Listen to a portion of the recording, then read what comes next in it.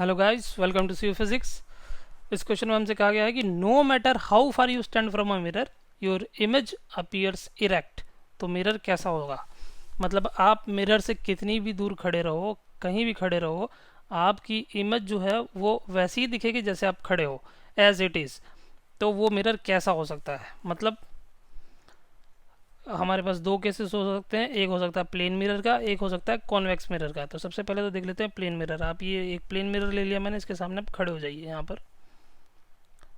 तो जिस डिस्टेंस पर आप खड़े हो, जितना डिस्टेंस आपका प्लेन मिरर से है, मान लीजिए डी डिस्टेंस पर खड़े हो, तो आपकी इमेज मिरर के अंदर दिखाई देगी और उतने ही डिस्टेंस पर दिखाई देगी। और इसका साइज़ भी उतना ही होगा जितना साइज़ आपका, मतलब मान लो आपकी हाइट h है तो इमेज की हाइट भी h ही होगी। क्लियर है। साथ ही साथ आप प्रिंसिपल एक्सिस के या एक एक्सिस जो पास कर रहा है मिरर से, उसके ऊपर खड़े हो तो आपकी इमेज भी प्रिंसिपल एक्सिस के ऊपर ही बनेगी। तो ये इरेक्ट इमेज बन गई, इरेक्ट इमेज बन गई।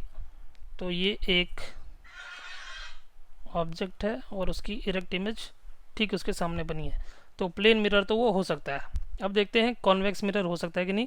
तो आप सब जानते हैं कि एक कॉन्वेक्स मिरर हमेशा जो इमेज बनाता है वो इरेक्ट ही बनाता है।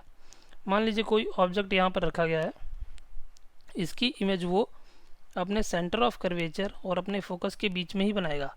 इससे ज़्यादा इमेज और कहीं मूव नहीं कर सकती। तो किसी भी कॉन्वेक्स मिरर के लिए इमेज जो बनती है सेंटर ऑफ कर्वेचर और फोकस के बीचों बीच ही बनती है, हमेशा इरेक्ट होती है और उसका साइज जो होता है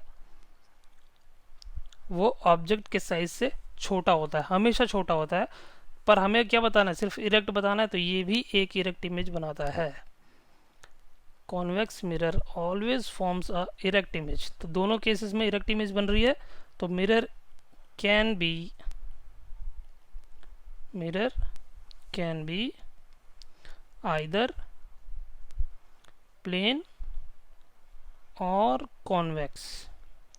वो कनकेव मिरर नहीं हो सकता, क्योंकि कनकेव मिरर इन्वर्टेड इमेज भी बनाता है। तो यहाँ मेरा ऑप्शन कौन सा करेक्ट हो गया, ऑप्शन डी मेरा करेक्ट हो गया।